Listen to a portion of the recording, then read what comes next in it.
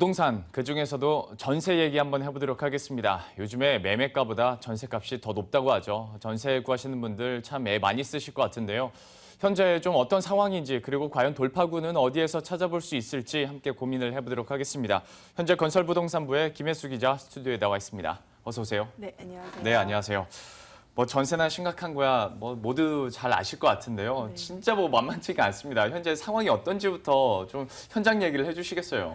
네, 그렇습니다. 요새 치솟는 전셋값 때문에 숨이 턱턱 막히시는 분들 참 많으실 텐데요. 저금리 상황에 전세 물건이 없다 보니 이렇게 상태가 좋지 않는 그런 집도 전세만 가능하다면 울며 겨자 먹기로 들어가시는 분들 이렇게 있으실 텐데요. 예.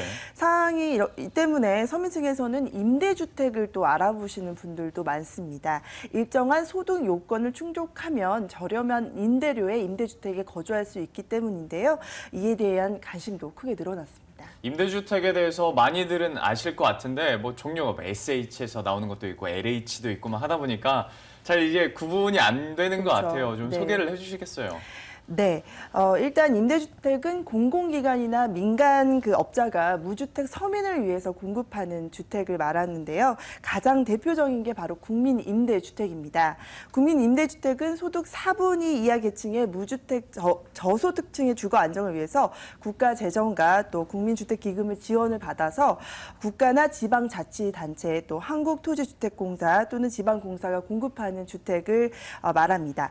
월 소득을 보면요. 전년도 도시근로자 가구당 월 평균 소득의 70% 이하인 경우 입주 자격이 주어지는데요. 네. 3인 이하 가구의 경우에 월 331만 원, 4인 가구의 경우 월 365만 원 이하의 경우 자격이 되는 것이죠. 우선 공급 대상으로는 철거민과 장애인, 또 세자녀 이상, 국가 유공자 등이 해당이 되는데요. 특히 혼인기간 5년 이내이고 그 기간에 출산에 자녀가 있는 신혼 부부인 경우에도 우선 공급 대상이 됩니다. 이외 임대주택으로는 기초생활수급자 등을 대상으로 한 영구 임대주택과 임대 의무 기간인 5년이나 10년간 임대 후에 분양 전환이 되는 공공임대주택이 있습니다. 예, 지금까지 말씀해 주신 거나 또 기준들, 자격 조건들을 얘기해 주신 게 바로 국민임대주택을 설명을 해 주신 거잖아요. 그렇죠, 예. 예, 지방 국가단체에서 그리고 LH에서 하고 있는 국민임대주택 여러분들도 너무 잘 아실 것 같고요. 주거비 부담을 과연 그럼 임대주택으로 얼마나 줄일 수 있을 것인가? 실제로 정말 그런 사람들이 있긴 있는 거냐? 이거 로또 아니냐라는 얘기들이 많이 있는데 직접 그 사례를 한번 취재를 하셨다고요? 네, 워낙 경쟁률이 치열해가지고 당첨되기가 쉽지는 않은데요. 실제로 제가 국민임대주택에 거주해서 주거비 부담을 낮추시는 그런 사례자를 만나봤습니다. 네. 경기도 남양주에 사는 김소진 씨의 사례인데요. 김 씨는 올해로 결혼 4년 차로 4살 된 아이 1명을 두고 있습니다. 작년까지만 해도 이 경기도 지역에서 보증금 500만 원에 월세 30만 원을 내고 아파트에 살고 있었는데요. 그런데 이 아파트가 30년 된 오래된 아파트인데다가 주변 시설도 낙후돼서 어려움이 많았다고 합니다. 하지만 올해부터는 상황이 많이 달라졌는데요. 바로 LH가 공급한 국민임대주택으로 이사를 했기 때문입니다. 김 씨의 인터뷰 내용 한번 들어보시겠습니다. 네. 지금은 같은 평수인데도 불구하고 절반 정도 주거비 부담이 좀 많이 줄었어요. 네, 그래서 외벌인데도 크게 걱정이 없고요. 또 아이가 이렇게 같은 평수인데도 이렇게 거실에서 뛰어놀 수 있는 공간이 생겨서.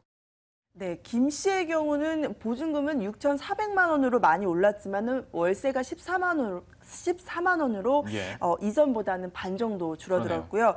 무엇보다도 신도시에 지어진 그런 신축한 아파트에서 거주할 수 있다는 점이 가장 개선된 부분이라고 할 수 있습니다. 환경 자체도 많이 개선이 됐고 역시 말씀을 해주신 것처럼 보증금은 올라갔지만 사실 이것보다는 매월 내가 내는 돈이 줄어들었다는 거는 큰 부담 해소가 될 수 있을 것 같습니다. 이렇게 임대주택을 이용해서 정말 어느 정도 많이 삶의 질까지 좀 개선이 될 수 있는 여러분들의 고민거리를 하나 크게 덜어줄 수 있는 방법 중에 하나가 바로 이렇게 임대주택인데요. 사실 박근혜 정부의 야심작이라고도 할 수 있는 행복주택에 대해서도 잠깐 얘기를 해보도록 하겠습니다. 이틀 전에도 첫 입주자 선정 발표가 됐었는데요. 대체로 좀 대학생이나 신혼부부 중심으로 이렇게 선정이 됐었죠. 네, 행복주택은 말씀하신 것처럼 젊은 층을 주요 타겟으로 하고 있습니다. 젊은 층에게 직주 접근이 가능한 임대주택을 제공해서 사회적 도약을 위한 어떤 그 징검다리를 제공한다는 그런 게 주 목적인데요. 예. 대상을 구체적으로 살펴보면은 대학생과 사회초년생, 신혼부부, 고령자 등이 있습니다. 특히 사회초년생인 경우에 행복주택과 가까이에 있는 직장에 다니고 있어야 하고요. 취업한 지 5년 이내에 결혼을 하지 않은 무주택자여야 합니다. 또 월평균 소득이 전년도 도시근로자 가구당 월평균 소득의 80% 이하여야 합니다. 직장에 들어간 지 얼마 되지 않았거나 또 결혼한 지 얼마 되지 않은, 그러니까 경제적으로 아직 자립을 하지 않은 젊은 층을 대상으로 자립할 때까지 저렴한 그런 임대료로 거주할 수 있게 하는 게 주요 목적이라고 할 수 있겠습니다. 네. 대신 이 주택의 경우에는 일반 공공임대주택하고는 다르게 거주 기간이 최대 6년으로 다소 짧은 게 조금 다른 점인데요. 젊은 층의 자립을 위해서 다른 임대 주택보다는 거주 기간을 짧게 설정한 건데 동시에 더 많은 젊은 층에게 좀 회전율을 좀 높여서 많은 사람들한테 혜택을 많이 주자. 예, 그런 측면에서 이해를 예. 하시면 되겠습니다. 약 몇 년 정도, 그러니까 원래는 임대주택 하면 막 10년에서 10년, 장기로 하면 한 20년 30년 정도. 뭐 이 정도까지 공공임대주택, 네. 뭐 국민임대주택은 최장 30년까지도 거주를 아하. 할 수 있는데요. 예. 행복주택 같은 경우에는 이제 노령층을 대상으로 하는 거는 조금 더 길고요. 네. 대학생이라든지 아니면 사회초년생, 신혼부부 같은 경우에는 최장 6년까지만 6년? 거주를 할 수가 있습니다. 그래서 회전율을 많게 해서 보다 수혜를 받을 수 네. 있는 사람들이 많게 하자라는 취지로 이렇게 하고 있는데요.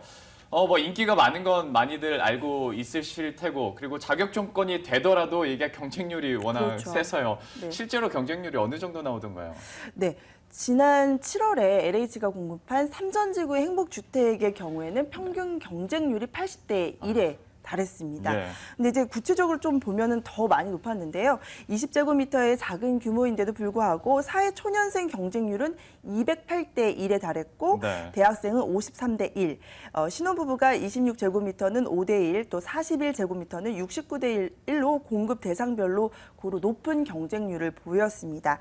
행복주택의 가장 큰 장점은 일반 임대주택과는 달리 대중교통이 편리한 그런 도심에 위치하고 있다는 것인데요. 특히 이 삼전지구의 경우에는 잠실역과 신천역, 송파역이 인근에 있고요. 2018년에는 또 9호선이 개통돼서 걸어서 5분이면 이동을 할 수 있기 때문에 아무래도 사회초년생 등에게는 인기가 높은 걸로 그렇게 나타났습니다. 사실 일반 임대주택에서는 여기 차 없으면 못 살겠다 그렇죠. 싶은 데가 많은데, 행복주택은 교통까지 편리하다 보니까 이렇게 경쟁률이 높아지는 것 같습니다. 근데 경쟁률이 높다는 것은 그만큼 아직까지는 그렇게 많이 확산은 안 됐다는 뜻일 수도 있을 것 같은데요. 네. 현재까지 상황 어느 정도까지 공급이 되고 있나요?